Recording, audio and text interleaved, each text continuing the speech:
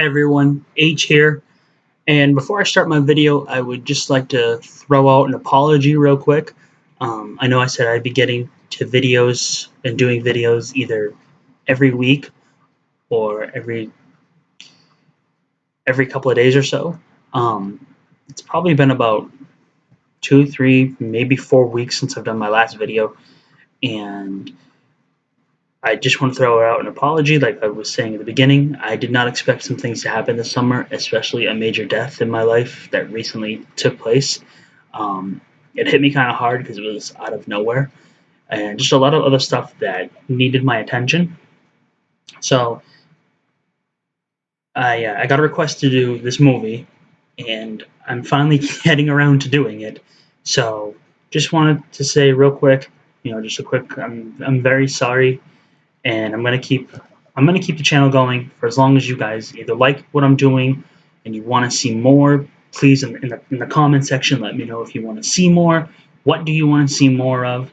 And without further ado, let's get into it. So, the movie I was requested there to do and review was called Manos, Hands of Fate. Now, even before watching this movie, I was told it was, not just told, but I also went and looked it up too. It was one of the most worst movies ever made. And I think even the Rocky Horror Picture Show even did a spoof of it or even played it on there. Now, I've seen some terrible movies, like really bad. Like in my opinion, one of the most worst movies I've seen, and even went in theaters and saw it, and hate me if you want for it, but it was The Watchmen. Probably because I don't know anything or didn't know anything of it. It was really boring. I mean, for a movie about superheroes, it was just awful in my opinion. And I've also seen some really bad B movies. Carnosaur. What? Anyways, this movie looks, as I just sarcastically said, Carnosaur, makes Carnosaur look like Jurassic Park compared to this. I didn't know what I was getting into when I first saw this movie. Somebody was saying that apparently the guy is a vampire of some sort. There was no vampiricness of it one bit. So apparently, if you have not seen the movie, it's called Manos, Hands of Fate. It's from the 1960s. And if you don't want any spoilers, like I do in all my videos, you have a chance to click off.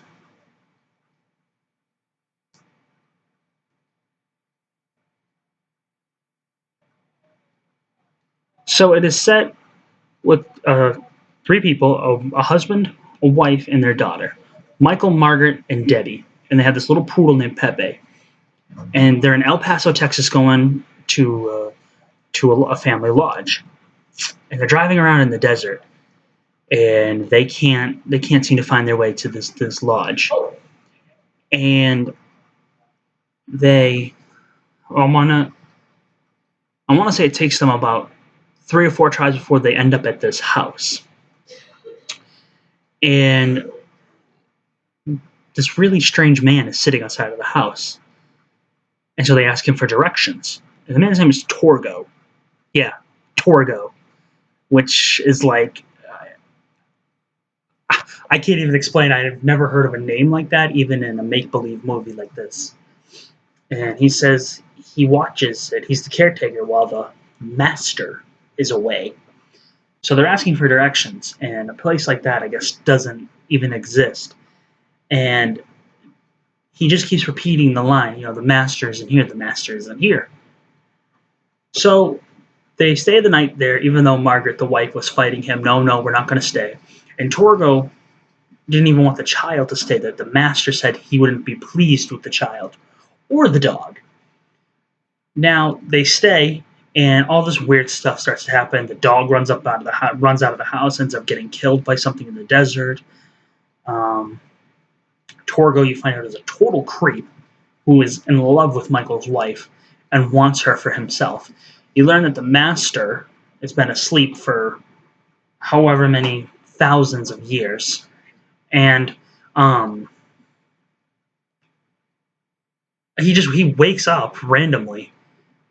And the only thing cool I could say was his robe. It was kind of cool because he when he spreads his hands out wide, his arms out wide, there's like giant hands like on him, on his robe, and I'm guessing that's why they call it the hands of fate per se. And so he ends up towards the end of the movie. They try to fight him off. The family tries to fight him off, fight off Torgo, fight off the Master, and they try to escape. Now he takes a gun and tries to shoot the quote unquote Master, but it doesn't work. And they end throughout it, maybe towards the end of the movie, he ends up severing Torgo's hand, or somehow by burning it in a fire, and Torgo goes running off. And he ends up slapping one of his so-called wives. Yeah, I know I keep doing this. The movie was just ridiculous. Half the time they repeated the same line twice, and the acting was horrible. Let's face it, you're the worst, probably the worst movie in history. Mystery Science Theater 3000 even did this movie, and I don't even think they could even, all three of them could sit through the movie. I haven't watched that episode of it. I would literally only watch it just for the three guys, the two robots, and Mike Nelson or whoever the host was at the time. But I sat through an hour and 8 minutes of I don't know what. Now, a good friend of mine I went to college with requested me to watch this. So, Chris, I finally got around to watching it, and I hated it. I literally sat there and was just so confused. Now, I looked up more things about this movie. Like what genre is it? According to IMDb, it's a horror. Now, I've seen some horror movies before, and thrillers, and sci-fis, and whatnot. There was nothing this was definitely a horror. It was horrifying to the eyes to watch and hear this. I mean, the whole time I've seen movies that are even were made earlier than this, and they were a lot better. The cinematography of this, the dialogue, and everything, it was just poor.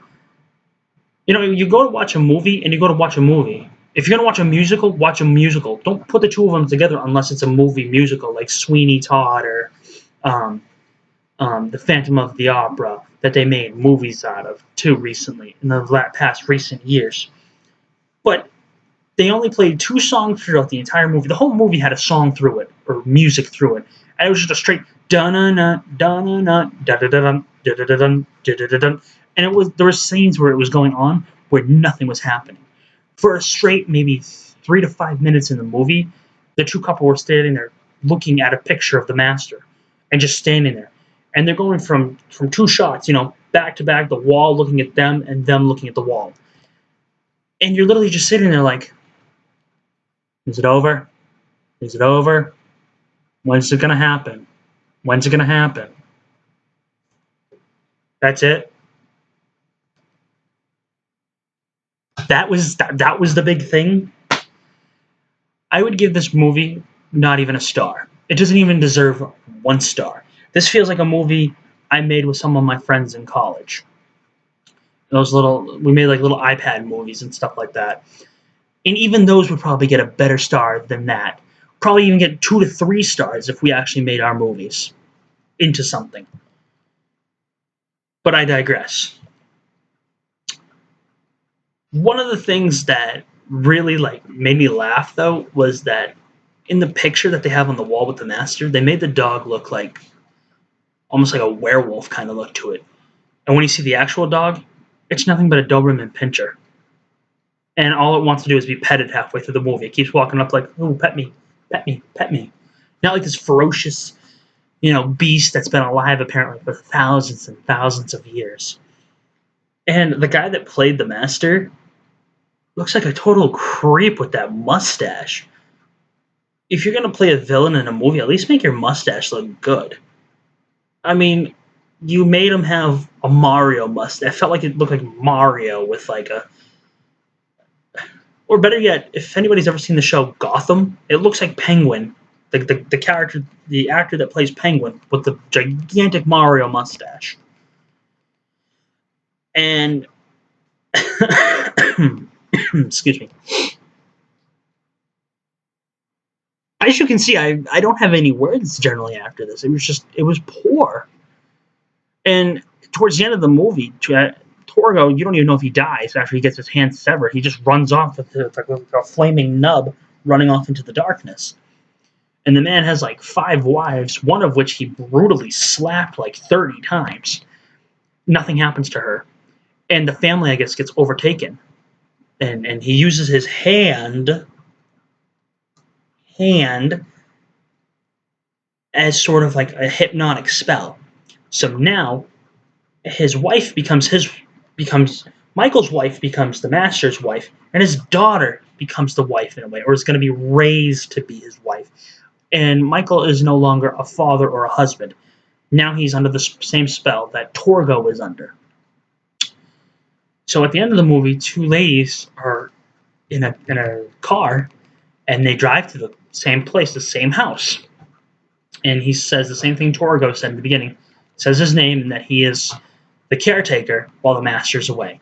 So the movie kind of repeats itself, but it leaves the audience sitting there going, well, what about this? Well, what about that?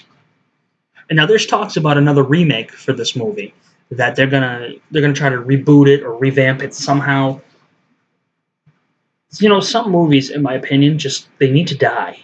There's some movies you just can't take them, reboot them, or make a sequel out of.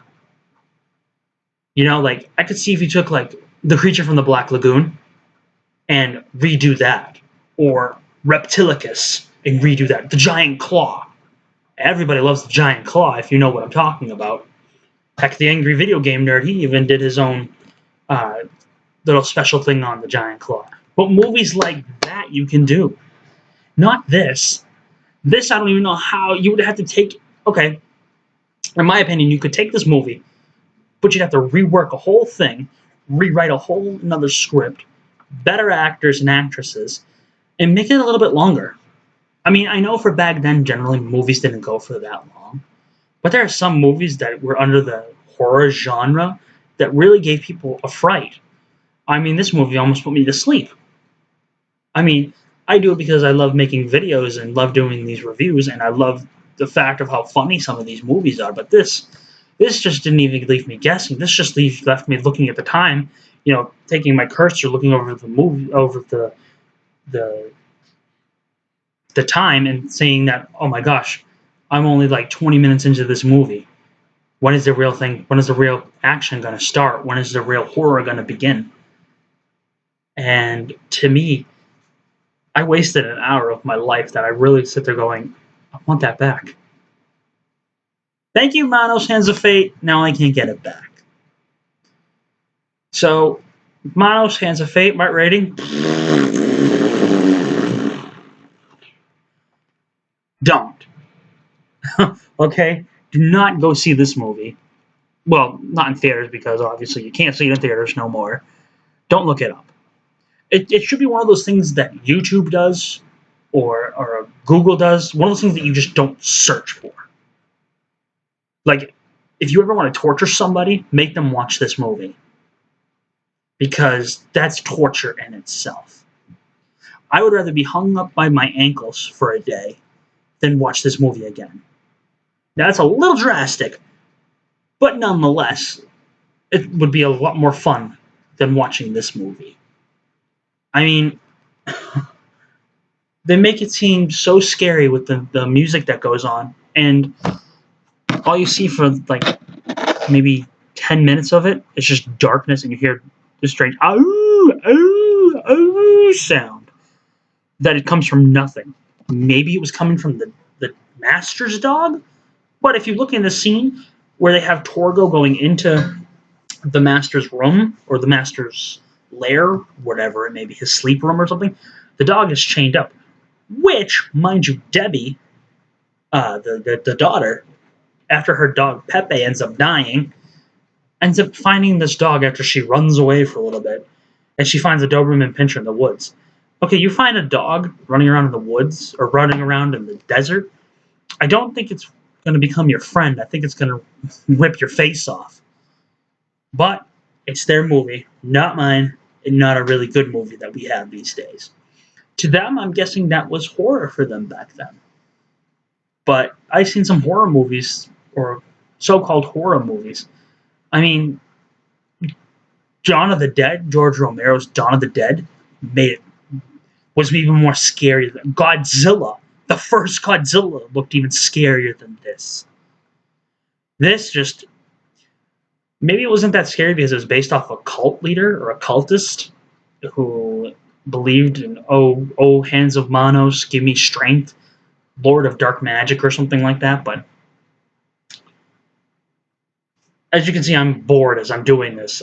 Not bored making videos, but I'm bored talking about this movie because it was so bad. Like, bad isn't even the word. Terrible? Unforgivable. Yeah, if I could say it was unforgivable, it'd be unforgivable. Like, I could totally do this whole thing and do what cinema sins do and see how many crimes this movie has committed. All in all, Manos, Hands of Fate, you didn't even try. Heck, my last video that I did, my first video, Sharknado 4, even Sharknado tried, and Sharknado knew it wasn't going to be anything. For heaven's sakes, you had David Hasselhoff as one of the main characters, and then you brought Baywatch in it. Come on, you know you're not going to be that big. But I'd rather sit there and watch all 4 Sharknadoes over this movie. Manos, Hands of Fate, you get it too. If I could be like Goro from Mortal Kombat, I would give you 4 thumbs down. So, yeah. So, that is my review of Manos, Hands of Fate.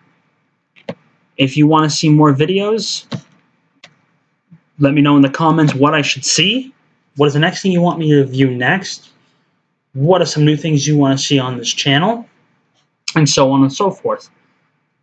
So that's it for today, guys. Like, favorite, subscribe, and you can follow me even on Twitter too. Have a good day, guys, and I'll talk to you all later.